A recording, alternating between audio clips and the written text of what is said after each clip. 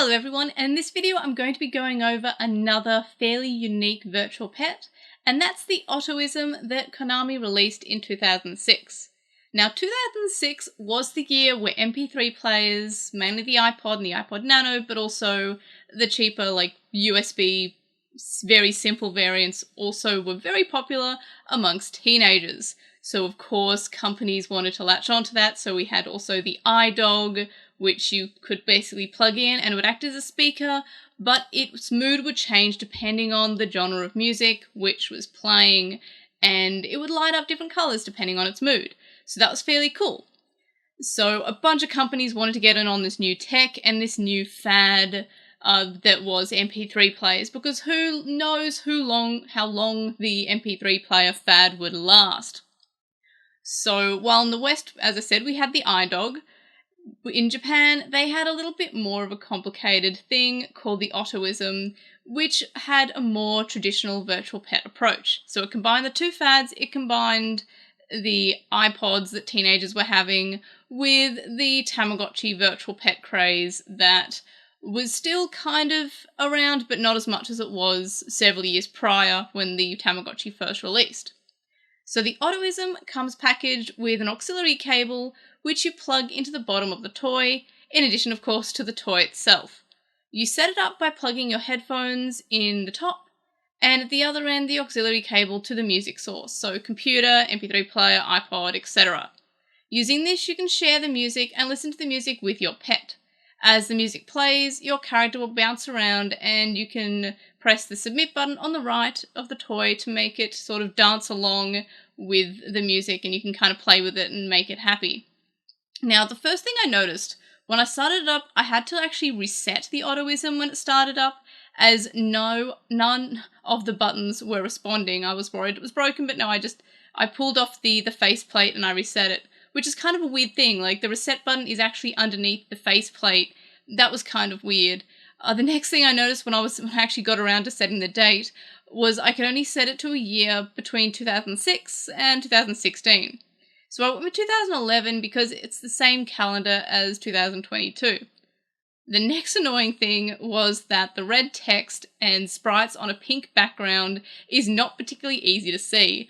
I was trying to shoot various bits of footage for this video, but none of it really came out particularly spectacularly. I had to take a lot of photos and kind of tweak the colours a little bit in order for the actual display to come through. It's not super easy. It's the same as the Akai, which is the red sprite Tamagotchi K-type, which is like the Japanese version 3 of the connection. So that's kind of annoying. And another smaller negative is that it just comes with the auxiliary cable. So as I mentioned, you plug your headphones into the bottom. See how it's marked with a little headphone jack symbol? So you put in the headphones, and then this end you plug into the music source. But because it's 2022, we no longer have iPhone jacks. So you'll have to use an adapter if you want to plug it into your phone, or, and this is how I've been listening to a lot of music, just plug it into your computer and listen to music through the computer. Of course, you don't really need to be on the other end of it. You can just sort of let it running and not be listening to music with it, but that kind of defeats the purpose and it makes it a little less fun. It is nice that you get to share the music, and the character kind of like, see, I'm not sure how well this will show up, but not too bad. So you can kind of see that this is the character that I have. From listening to a lot of Blink-182, it became an emo, so that tracks. I like that. So it's not listening to anything at the moment, so it's not really dancing around too much, but you can kind of tap the button and make it dance a little bit. But it is definitely more fun when you're listening to music, which is the point of it. So you tap, tap, tap, and it kind of dances a little bit. There we go. Very cute. So that's kind of what you do with it, but mainly you feed it by having it listen to music, which, again, you don't have to be on the other end, but it definitely makes it more fun when you are listening to music on your very old headphones that still have the headphone part, the auxiliary cable. So that's fun. However, those are basically the only annoying things about the Otoism. The fact that it is kind of lost to time a little bit, being the date is very much in the past, like even the most in the future date is still 6 years ago. So you have to find the equivalent of the calendar year, which, as I said, for 2022, it's 2011. You can just Google, hey, what calendar year is the same, and you'll find an answer. And you'll just pick a year between 2006 and 2016. It's not super hard. Just use one of those calendars. It is kind of annoying that the year is not accurate, though. And so it's also lost to time in the way that, we don't really have headphones like this anymore. They're USB-C because everything's transitioning to USB-C, because chargers USB-C, headphones USB-C, or Bluetooth. So you'll have to get an adapter if your phone didn't come with one, if you don't just use your computer.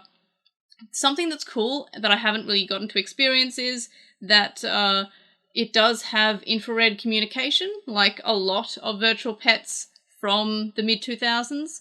So if you have two of them, you can connect them via this infrared port, and your pets can sing together, which is super cute, but I haven't been able to experience it. And you can basically share the melodies that the character kind of makes up, sort of like kind of those old MIDI sounds. It kind of makes MIDI tunes of the songs you listen to, which is kind of cool, and that's put under a section called Solo. So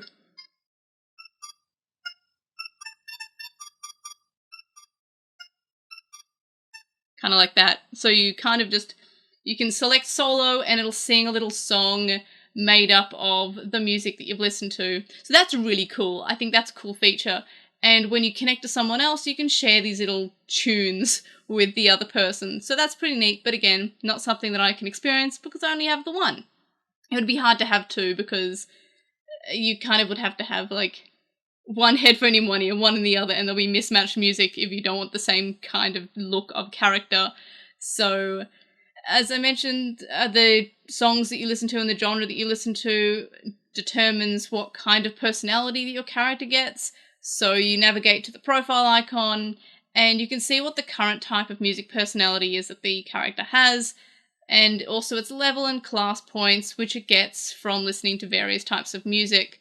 So that's pretty cool. So overall, it's a fairly unique virtual pet, and it's really fun to see what forms it changes into, especially when you first started up. I noticed that it was changing personalities and then forms multiple times in an hour. If I changed the genre I was listening to, after a bit, I just decided to just listen to Blink-182, and that's when I got the, the edgy emo boy puzzle piece, I'm going to call him. So very much a big fan of this virtual pet. Ease of use is a 10, enjoyment is a 10.